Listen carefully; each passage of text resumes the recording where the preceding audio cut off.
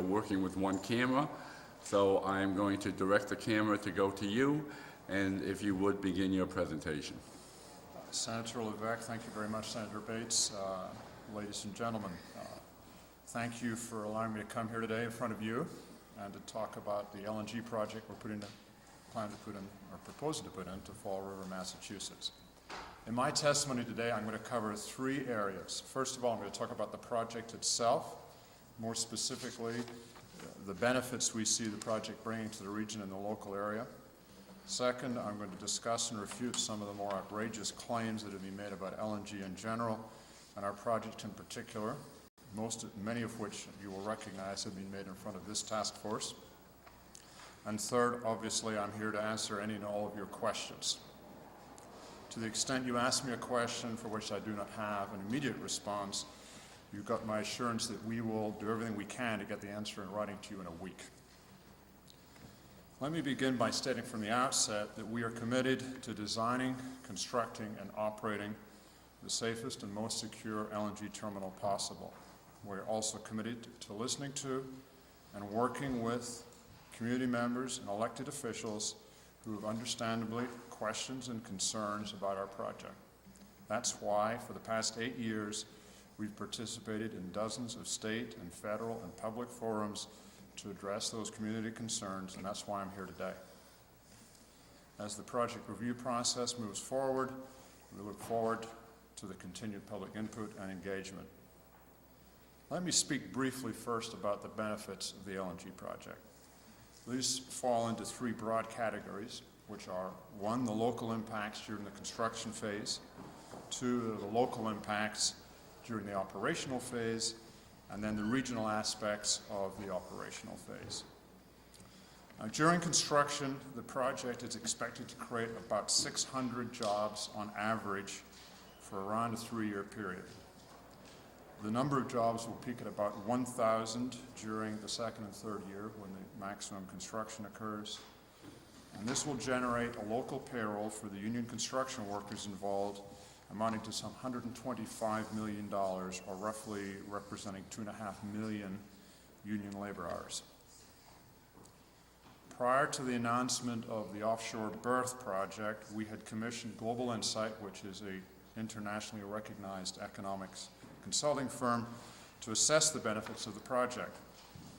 The overall economic impact, which measures the direct and indirect effects on the local economy of the jobs and the various economic activity, was estimated to represent about 800 jobs and $400 million worth of economic activity.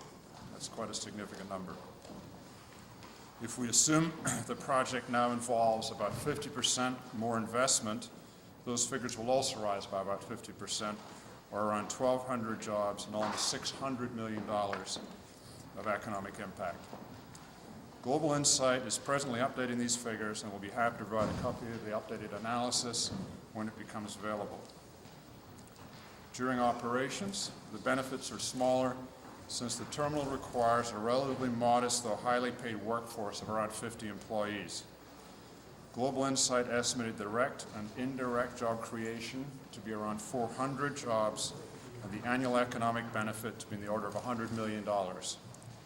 Those benefits are measured including the contract employees who would be providing a variety of services to the terminals. Those services including marine services as well, tugs, pilots, fuel suppliers, marine equipment service companies, the contractors who would be involved in maintaining the terminal and the associated facilities, and the impacts of local and state taxes generated by the facility. I know you've heard some testimony from others regarding those economic benefits, especially in the marine services industry in Narragansett Bay. These are the more localized benefits. The broader regional benefits flow from the increase in gas supply which the terminal would provide, which in turn will bring downward pressure on natural gas and electricity prices. I need hardly remind you or your constituents that New England, and Rhode Island especially, experienced among the highest natural gas and electricity prices of any region in North America, with only New York City being more expensive. And I've got a couple of charts here that show the recent history of natural gas prices in the Northeast United States compared to other North American locations and compared to the prices in Europe.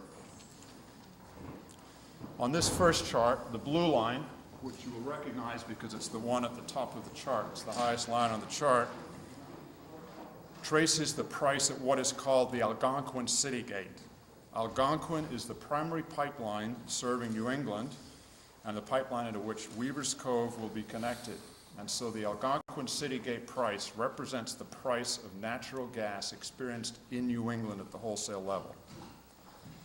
You will notice, especially in the wintertime, Algonquin has the highest price of any region, although it is obviously comparable to those other regions, but slightly higher than the Gulf Coast during the rest of the year. Now, I'm further going to point out, because I know this issue has been put before the Commission, that these prices are reported through the end of February this year. That is as of about 10 days ago.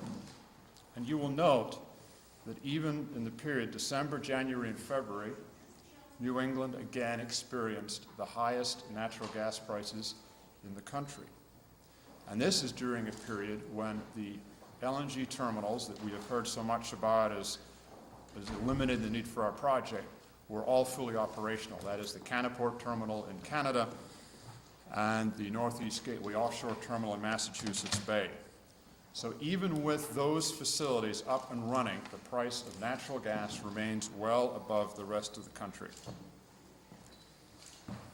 And so while other witnesses have testified that those facilities will in fact supply all the gas we need to meet our region's demand requirements, the hard numbers, the data show that is not the case.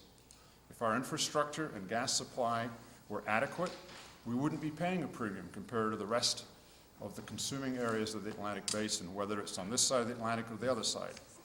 And the next slide shows just how much of a premium we pay. Just the same data but presented a different way. This is the price payable in New England. And you'll also see the red line is Algonquin, the yellow line represents the price in New York City. And that shows the difference in price between the price in the market area up here in New England and the price which is set by reference nationally in Louisiana at a place called the Henry Hub. Not surprisingly, New England has paid a much higher price in the winter during the rest of the year. That's the nature of our weather. But if our infrastructure was adequate, then the premium should be no higher in the winter than it is in the summer. Clearly not the case. Now, of course, those are wholesale prices. Those are the prices at which gas companies buy and sell to each other, or which gas distribution companies pay to buy their gas, or electricity power companies do to buy their gas. Now, the next slide shows that Rhode Island enjoys, and I use the word enjoy carefully, the highest residential natural gas prices in the lower 48 states. Rhode Island is the most expensive gas prices for consumers in the lower 48 states. You'll also see that Massachusetts is ranked the third highest, and Connecticut, Maine, all the New England states tend to rank in the high end of the cost of natural gas delivered to residential consumers. And it's not just for natural gas that we pay more than the rest of the country, because natural gas is used extensively for power generation in New England. Along with the way our power market is designed here, we pay the highest prices for electricity as well. And that will be shown in the next slide. Again, these are data from the Energy Information Administration, which is the statistical arm of the U.S. Department of Energy. Now, we are beaten here. I must admit, on this slide, Hawaii does pay more. Now, they have a little geographic problem. They have no access to natural gas, fairly obviously. But if you take Hawaii away from there, you see Connecticut ranks the highest. This time, Rhode Island slips a little bit and is only about 6th or 7th in the nation in terms of the cost of electricity.